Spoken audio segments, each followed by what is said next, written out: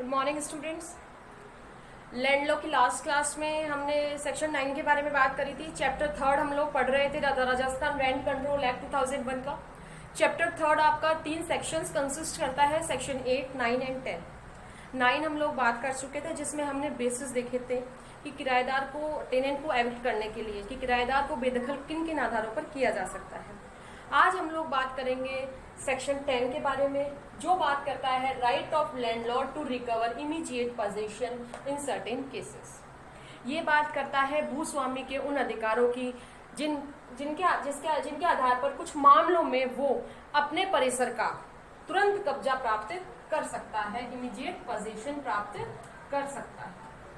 कहने का मतलब क्या हुआ कि जो भूस्वामी है जिसने कि अपना निवासी परिसर किराए पर दे रखा है, उस परिसर का वो तुरंत कब्जा कुछ परिस्थितियों में प्राप्त कर सकता है। उन कंडीशंस के बारे में कौन बताता है हमें? सेक्शन 10। एक इम्पॉर्टेंट बात आप यहाँ पर ये ध्यान रख ले कि सेक्शन 10 जो है वो बात कर रहा है रेजिडेंशियल प्रीमाइसेस की, निवासीय परिसरों की। किस पर लागू हो रहा है? ये निवासीय परिसरों पर लागू हो रहा है। ठीक है ना। तो कब एक भूस्वामी अपने निवासी परिसरों का तुरंत कब्जा प्राप्त कर सकता है, इसके बारे में धारा 10 हमें बताती है। धारा 10 जो है वो 4 उपधाराओं में यानी कि 4 सबसेक्शंस में डिवाइडेड है। एक एक सबसेक्शन मैं यहाँ आपको बताती हूँ, आप सुनिए और देखिए ध्यान से। सबसेक्शन 1 जो बात करता है वो ये कहता है कि इस अधिनियम में या जो कोई भी एनफोर्सेबल लॉ है, प्रवर्त विधि है, उसमें किसी संविदा में या किसी प्रथा के किसी बात के होते हुए भी भूस्वामी अपने निवासी परिसर का तुरंत कब्जा प्राप्त कर सकता है। कब कब? सबसे पहले लैंडलॉर्ड को क्या करना पड़ेगा? फर्स्ट कंडीशन क्या बताती है बेटा इसकी कि लैंडलॉर्ड को, भूस्वामी को एक अर्जी दायर करनी होगी। किसके समक्ष अर्जी दायर करेगा? वो रेंट ट्रिब्यूनल के समक्ष। रेंट ट्रिब्यूनल के पास जाएगा और रेंट ट्रिब्यूनल के समक्ष वो क्या लगाएगा बेटा? एक अर्जी फाइल करेगा। एक अर्जी फाइल करेगा वो रेंट ट्रिब्यूनल के समक्ष। किस बात के लिए? कि मुझे मेरे निवासी परिसर का कब्जा चाहिए, और वो निवासी परिसर का कब्जा प्राप्त करने का अधिकारी होगा यदि वो एम्प्लॉयड इन आर्म्ड फोर्सेस और पैरामिलिट्री फोर्सेस ऑफ यूनियन।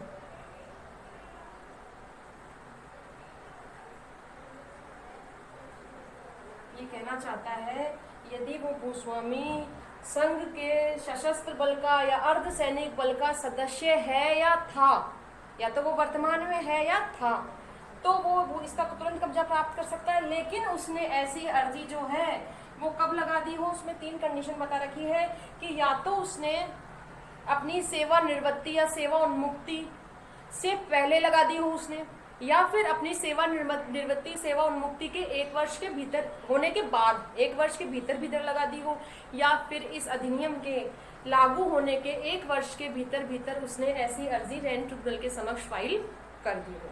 ठीक है, मैं दोबारा बता रही हूँ आपको। भूस्वामी यदि आर्म्ड फोर्सेस और पैरामिलिट्री फोर्सेस ऑफ यूनियन का मेंबर है या था, पहली कंडीशन, तो वो तुरंत कब्जा प्राप्त कर सकता है। लेकिन उसने अर्जी कब लगा दी हो? अर्जी फाइल करने के लिए आपको 3 ऑप्शन यहाँ पर ये बताता है। ये क्लोज क्या कह रहा है? ये कि या तो अब उसने अपनी सेवा निवृत्ति सेवा उन्मुक्ति के पूर्व, जब वो सर्विस में था तभी उसने, या तो सर्विस छोड़ने से या सेवा निवृत्ति से पहले ही उसने ऐसी अर्जी लगा दी हो रेंट ट्रिब्यूनल के समक्ष, या फिर सेवा निवृत्ति या सेवा उन्मुक्त होने के 1 वर्ष के बाद 1 वर्ष के भीतर उसने लगा दी हो, या फिर इस अधिनियम के लागू होने के 1 वर्ष के भीतर उसने लगा दी हो। इनमें से जो भी बाद में हो, जो भी डेट इनमें से बाद में आती है, तब अगर उसने अर्जी फाइल कर दी है तो फिर वो अपना निवासी परिसर का तुरंत कब्जा प्राप्त करने का अधिकारी होगा। एक तो ये। दूसरा कहता है ये, या फिर लैंडलॉर्ड जो है वो यूनियन की, संघ की या स्टेट की या किसी लोकल अथॉरिटी की या फिर स्टेट के अंडर किसी निगम की, किसी कॉर्पोरेट की सेवा में है, सर्विस में है, उसका कर्मचारी है। ठीक है ना। यदि जो आपका लैंडलॉर्ड है वो यूनियन की या स्टेट की सर्विस में है, यूनियन की सर्विस में है, लोकल अथॉरिटी का कर्मचारी है, या किसी सरकार के अंदर किसी निगम का कर्मचारी है, तो वो भी यहाँ पर अपने निवासी परिसर का तुरंत कब्जा प्राप्त करने का अधिकारी होगा। बट ये सेम का प्रोविजन यहाँ पर भी लागू हो जाएगा कि वो अर्जी उसने जो है या तो सेवा में रहने के दौरान लगा दी हो या सेवानिवृत्ति के 1 वर्ष के सेवानिवृत्त होने के 1 वर्ष के भीतर लगा दी हो या फिर इस अधिनियम के लागू होने के 1 वर्ष के भीतर उसने लगा दी हो। ये सेम दोनों के प्रोविजंस यहाँ पर लागू होंगे। तीसरी बात ये कहता है आगे कि यदि मान लीजिए ये लैंडलॉर्ड सीनियर सिटीजन है, क्या है बेटा, सीनियर सिटीजन। यदि ये सीनियर सिटीजन है तो उसने जब मकान किराए पर दिया, किराए पर दिए जाने के 3 वर्ष के अवसान के पश्चात यानी कि 3 वर्ष समाप्त होने के बाद उसने ये अर्जी रेंट ट्रिब्यूनल के समक्ष लगा दी हो, तो इन तीनों ही कंडीशंस में ये जो लैंडलॉर्ड है उसको अपने निवासी परिसर का तुरंत कब्जा प्राप्त करने का अधिकार होगा। क्लियर हुई यहाँ तक बात? आगे इसी फर्स्ट क्लोज का सेकेंड स्टेप आपसे कहता है कि यदि मान लीजिए ये बात करता है after the death of landlord, ये कीवर्ड है, इसका ध्यान रखना। आप इस कीवर्ड को ध्यान रखोगे, आपको पूरा सबसेक्शन समझने के बाद अपने आप याद हो जाएगा कि क्या कहना चाहते हैं। ये बोल रहा है यदि भूस्वामी की मृत्यु during the course of employment, नियोजन के दौरान ही हो जाती है, यदि भूस्वामी की मृत्यु during the course of employment,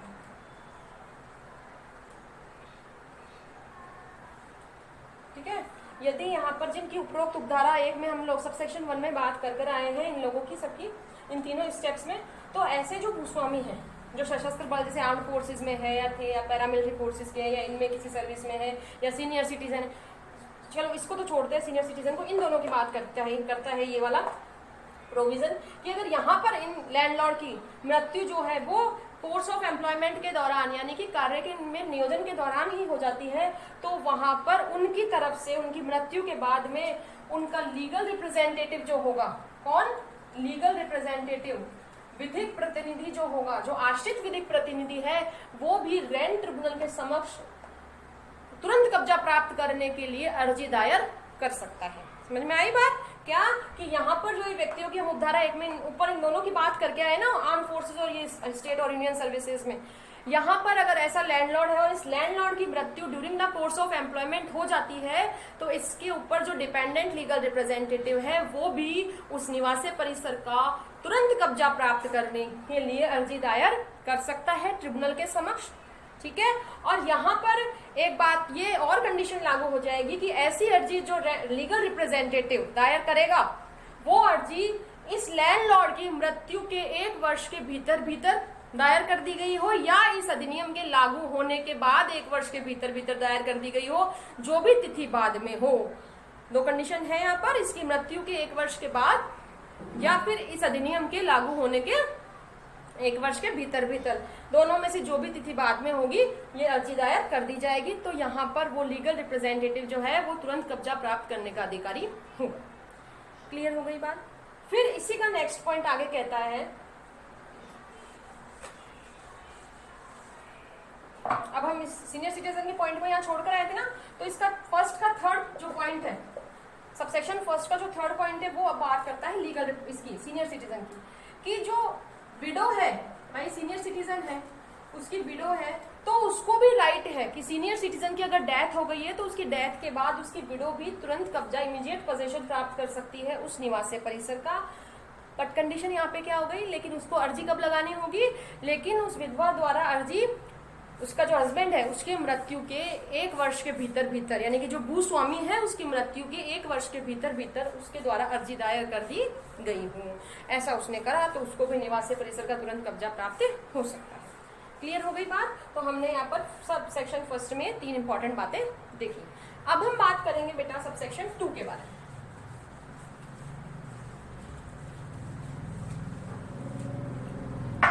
subsection 2 जो है सेक्शन 10 का, वो बात करता है मोर देन 1 प्रीमाइसेस। ये इसका कीवर्ड है, आप याद करके रख सकते हो इसको कि यदि लैंडलॉर्ड के 1 से ज्यादा परिसर हुए तब क्या होगा साहब, ठीक है। तो देखो यदि लैंडलॉर्ड के 1 से ज्यादा परिसर है तो वो जो अर्जी सबसेक्शन 1 में फाइल की गई थी, अभी जो हम देख कर आए थे, तुरंत कब्जा प्राप्त करने के लिए रेंट ट्रिब्यूनल के समक्ष, वो किसी एक परिसर, केवल 1 प्रीमाइसेस के लिए ही लागू होगी भैया, 1 प्रीमाइसेस के लिए ही मानी जाएगी। प्लस उसके साथ कंडीशन ये भी है कि उस म्यूनिसिपैलिटी एरिया में, उस नगर पालिका क्षेत्र में उस लैंडलॉर्ड का कोई अन्य निवासी परिसर नहीं होना चाहिए। अगर कोई अन्य निवासी परिसर है तो उसको तुरंत कब्जा प्राप्त नहीं होगा, ठीक है ना। तो कहने का मतलब क्या है, सबसेक्शन 2 कहता है क्या कि जो अर्जी सबसेक्शन 1 में फाइल की गई है वो किसी निश्चित परिसर के संबंध में ही, एक ही परिसर के संबंध में लागू होगी और उस भूस्वामी का उसी नगर पालिका क्षेत्र में कोई अन्य निवासी परिसर नहीं होना चाहिए। थर्ड, समझ में आई बात। थर्ड जो है वो बात करता है हमारे, इसका वो मैं आपको बता देती हूँ, कीवर्ड परमानेंट डिसेबिलिटी के बारे में। आप ऐसे इसको याद रख सकते हैं। सेक्शन पढ़ लिया आपने, आपको सेक्शन समझ में आ गया, ठीक है, और आपने कीवर्ड देख लिया कि ये सब सेक्शन इस कीवर्ड की बात करता है। आपको ये कीवर्ड पढ़ते ही याद आ जाएगा कि ये सब सेक्शन क्या कहना चाहता है।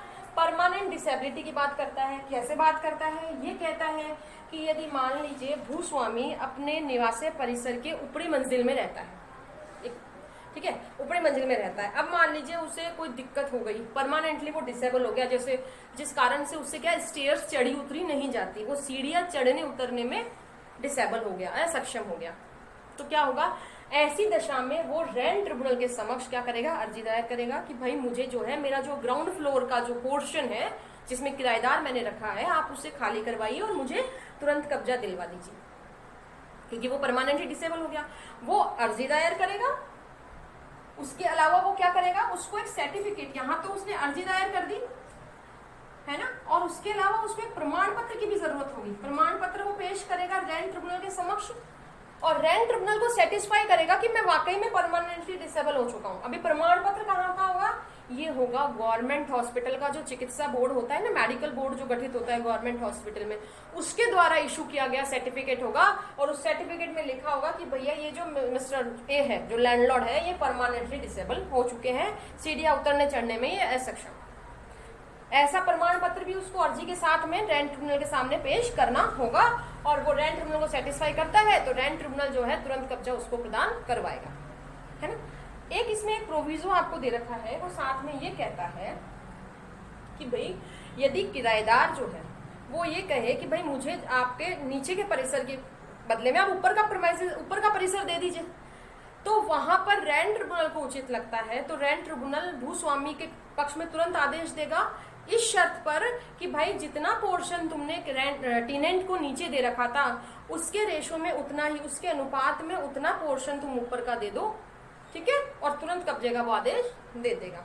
दोबारा समझा रही हूँ, यदि किराएदार ये कहता है कि भाई मुझे नीचे का परिसर, मैं ग्राउंड फ्लोर का पोर्शन खाली कर दूंगा, बदले में आप मुझे जो ऊपर वाला पोर्शन है वो दे दीजिए, तो वहां रेंट ट्रिब्यूनल ये आदेश देगा, भूस्वामी को आदेश दे सकता है कि भूस्वामी क्या करेगा, इस आधार पर जारी करेगा वो उसके भूस्वामी के पक्ष में डिग्री कि आप ऊपर वाला पोर्शन जितना आपने नीचे का दे रखा था उतने ही अनुपात में ऊपर वाला जो पोर्शन है वो आप इस किराएदार को दे दीजिए और आप ग्राउंड फ्लोर पे शिफ्ट हो जाइए, ठीक है बेटा।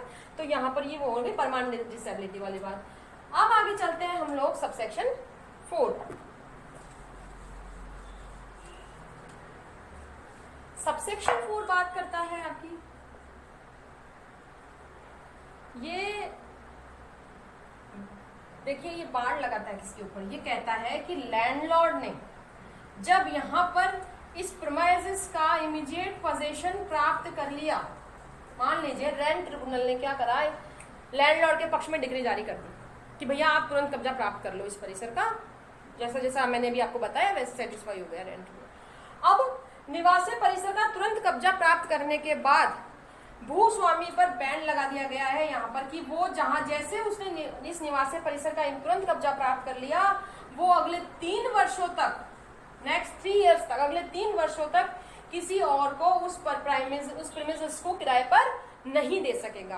कहने का मतलब ये है, धारा 4 ये कहती है कि जहां पर भूस्वामी ने एक बार निवासी परिसर का तुरंत कब्जा प्राप्त कर लिया है, वहां पर वो ऐसे परिसर को 3 वर्ष तक किसी अदर पर्सन को, किसी अन्य व्यक्ति को किराए पर नहीं दे सकेगा।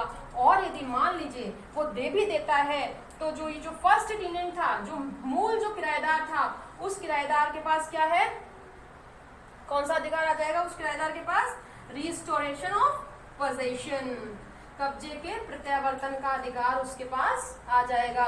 यानी कि अब जो आपका मेन जो टेनेंट था, जो फर्स्ट टेनेंट था आपका, वो कब्जे का प्रत्यावर्तन प्राप्त पुनः प्रत्यावर्तन प्राप्त कर सकता है। रिस्टोरेशन ऑफ पोजेशन प्राप्त करने का अधिकारी होगा, वो रेंट ट्रिब्यूनल के समक्ष जा सकता है और रेंट ट्रिब्यूनल जो है सेक्शन 16 में जो आपको प्रोसीजर बता रखा है उसको अपनाएगा और उसको कब्जा वापस से मूल किराएदार को कब्जा दिला देगा। ठीक है, तो इस तरह से हमने क्या पढ़ा सेक्शन 10 में कि सेक्शन 10 में भूस्वामी को कब कब अधिकार है कि वो अपने निवास परिसर का, याद रखिएगा, निवास परिसर का तुरंत कब्जा प्राप्त कर सकता है। 3 कंडीशन, जैसे हमने फर्स्ट में भी 3 कंडीशन पढ़ी कि वो यूनियन की आर्म्ड फोर्सेज और पैरामिलिट्री सर्विसेज का मेंबर हो या था, ये पढ़ा हमने। अर्जी कब कब लगाएगा वो मैंने आपको ऑप्शन बताए। फिर हमने पढ़ा कि वो यूनियन स्टेट की सर्विस में हो, लोकल अथॉरिटी की सर्विस में हो या निगम के अधीन किसी सर्विस, राज्य के अधीन जो निगम है उसके अधीन किसी सर्विस में हो, ये मैंने आपको बताया। फिर बताया कि यदि लैंडलॉर्ड सीनियर सिटीजन हो, ये चीजें तीनों हमने कहाँ पढ़ी, सबसेक्शन फर्स्ट में। फिर हमने बात करी कि भैया डेथ हो जाएगी तो लैंडलॉर्ड की during the course of employment तो उसका एलआर प्राप्त कर सकता है कब्जा, उसको भी अर्जी कब दायर करनी होगी, उसकी मृत्यु के 1 वर्ष के भीतर या फिर अधिनियम लागू होगा उसके 1 वर्ष के भीतर दोनों में जो भी तिथि बाद में, ये मैंने आपको बताई। फिर हमने बात करी थी विडो की कि उसकी विडो भी प्राप्त कर सकती है, मृत्यु के 1 वर्ष बाद वो अर्जी दायर कर दे तो उसकी विडो भी तुरंत कब्जा प्राप्त कर सकती है, ये हमने सबसेक्शन फर्स्ट देखा। फिर हमने सबसेक्शन सेकंड की बात करी, मोर देन 1 प्रीमाइसेस की, 1 से ज्यादा परिसर होने पर क्या होगा। फिर हमने बात करी सबसेक्शन थर्ड की, जो परमानेंट डिसेबिलिटी की बात कर रहा था कि यदि लैंडलॉर्ड परमानेंट डिसेबल हो गया है, वो स्टेयर्स चढ़ उतर नहीं सकता है, सीढ़ियां चढ़ने उतरने में असक्षम है, तो वो रेंट ट्रिब्यूनल के समक्ष अर्जी फाइल करेगा, साथ में चिकित्सा बोर्ड का प्रमाण पत्र देगा। और एक चीज और यहाँ पर ही नोट डाउन करो कि भाई उसको ये भी बताना होगा, रेंट ट्रिब्यूनल को ये भी साबित करना होगा कि उसी नगर पालिका क्षेत्र में उसका अन्य कोई भूतल वाला कोई निवासी परिसर नहीं, अन्य कोई उसका निवासी परिसर उसी नगर पालिका क्षेत्र में ग्राउंड फ्लोर वाला नहीं होना चाहिए, तभी ये एक और शर्त आप डाल लें है ना अपनी कॉपी में। तो इस तरह से वो कब्जा प्राप्त कर सकता है। फिर बाद में हमने सबसेक्शन 4 पढ़ा जो लिमिटेशन लगा रहा है किस पर, लैंडलॉर्ड पर, कि भैया भूस्वामी यदि आपने इमीडिएट पोजीशन प्राप्त कर लिया है तो कर तो लिया आपने, लेकिन अब आप नेक्स्ट 3 इयर्स तक किसी अदर पर्सन को इस प्रीमिसेस को किराए पर नहीं दे सकोगे, और यदि देते हो तो पहले वाला किराएदार आएगा, रेंट ट्रिब्यूनल के समक्ष जा सकता है और वो भी रिस्टोरेशन ऑफ पोजीशन यानी कि कब्जे के तुरंत प्रत्यावर्तन का अधिकारी होगा। और रेंट ट्रिब्यूनल सेक्शन 16 में जो प्रोसेस है वो जो आवश्यकता अनुसार उसको अपनाएगी और जल्दी से जल्दी इसका निपटारा करेगी। ठीक है, तो इस तरह से हमने सेक्शन 10 की बात करी। सेक्शन 10 की प्रोसीजर 16 में दे रखी है, सेक्शन 9 की 15 में दे रखी है, जो हम हमारे अगले लेक्चर्स में कवर करेंगे। ठीक है, तब तक thank you all of you.